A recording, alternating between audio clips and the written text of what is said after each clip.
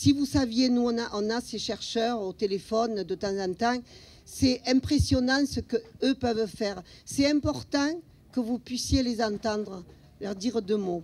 Merci Isabelle d'être venue jusque chez nous. Merci Ariel pour l'invitation.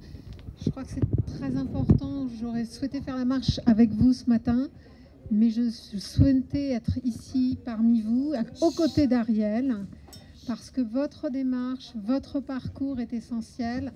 Il faut être vigilant pour qu'on soit toujours soutenu. C'est la collaboration avec vous. Nous, on est là pour faire un diagnostic, on est là pour faire un diagnostic génétique, puis après, on est là pour vous proposer des thérapies.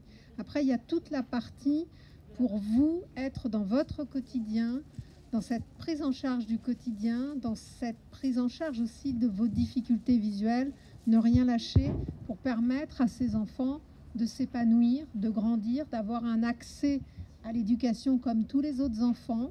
On est peut-être assez privilégié en France, même s'il y a des difficultés, mais il faut continuer. Et ça, c'est le rôle des associations. En recherche par rapport à l'année dernière, on a traité des patients depuis l'année dernière. Il y a eu 20 patients, à peu près 20 patients français qui ont été traités en Angleterre pour thérapie génique dans le cas de la chorédérémie. On va débuter aussi, probablement dans l'année qui vient, la thérapie génique pour des patients qui ont entre 1 et 5 dixièmes pour les rétinites pigmentaires liées à l'X. Quand je suis arrivée à Montpellier il y a 10-12 ans, je m'étais dit que je partirais à la retraite sans voir de traitement. Or aujourd'hui, il y a des thérapies géniques. Ces thérapies géniques, c'est pour des maladies donc récessives, c'est-à-dire que les parents n'ont rien, les enfants n'auront rien, et pour des petits gènes. Mais depuis à peu près aussi 2 ans, il y a des procédés pour pouvoir corriger, même dans les maladies dominantes et même dans les maladies récessives ou qui impliquent des longs gènes, par exemple le gène du Stargardt.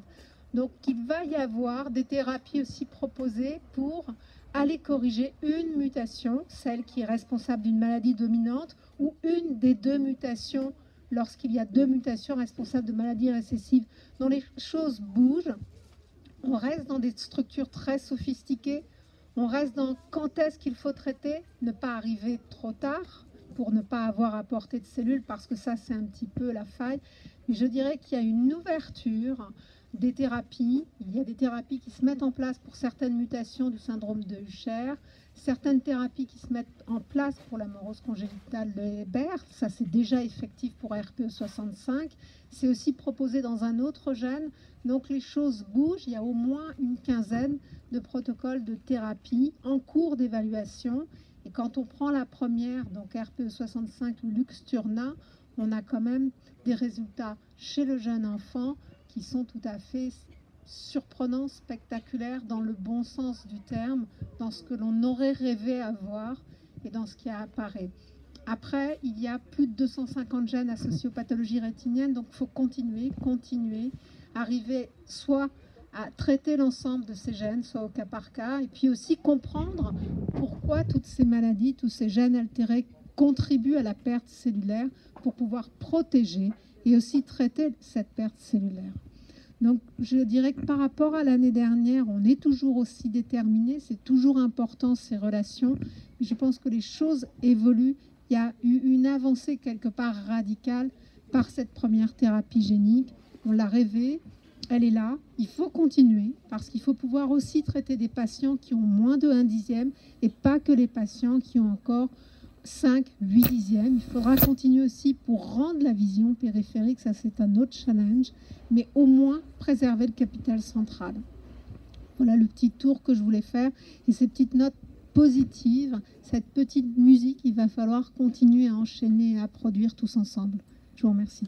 Merci beaucoup Isabelle.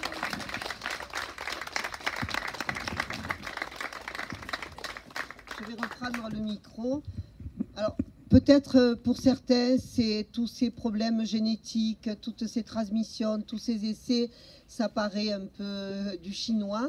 Mais moi, en écoutant Isabelle, je me dis, ben voilà, on parle des formes précoces, on parle de l'amorose congénitale de Leber, on parle de maladie de Stargardt. S'il y avait ça, s'il y avait eu ça quand moi j'avais 14-15 ans, peut-être aujourd'hui, à mon âge, ben, j'aurais pu bénéficier de ces thérapies qu'on va proposer maintenant. eh bien, je pourrais voir. Donc, voyez ce que je veux dire, on travaille pour les jeunes. Eh bien, ça, c'est important. Ça nous donne la hargne, la force de continuer, même si c'est compliqué, parce que nos chercheurs travaillent d'arrache-pied, ont besoin quelquefois de quelques milliers d'euros. Nous, pour ne pas freiner leurs travaux, eh bien, on essaie par tous les moyens de leur donner les possibilités de ne pas baisser les bras, et ensemble, on peut faire de belles choses. En tout cas, un grand merci Isabelle et son équipe. Je crois qu'aujourd'hui, ici, il devait y avoir Béatrice Boquet qui n'a pas pu venir, qui est la généticienne de l'équipe, qui sera peut-être là à Alès le 16 novembre, puisque avec l'école des mines, on va encore organiser une marche pour la vue. Vous voyez, même s'il n'y a pas énormément de monde, on ne baisse pas les bras, on ira les chercher les gens. Il faut que les gens se disent, ça n'arrive pas qu'aux autres. Et apportons notre pierre à l'édifice et on soutient l'IRRP et à travers ça, on soutient la recherche médicale. Et je dirai jamais assez merci à ce qu'a lancé Christian Hamel, que vous aviez ici il y a quelques années, et Isabelle prend le relais. Je crois que c'est très important. Merci beaucoup, et aidez-nous dans ce combat. Merci.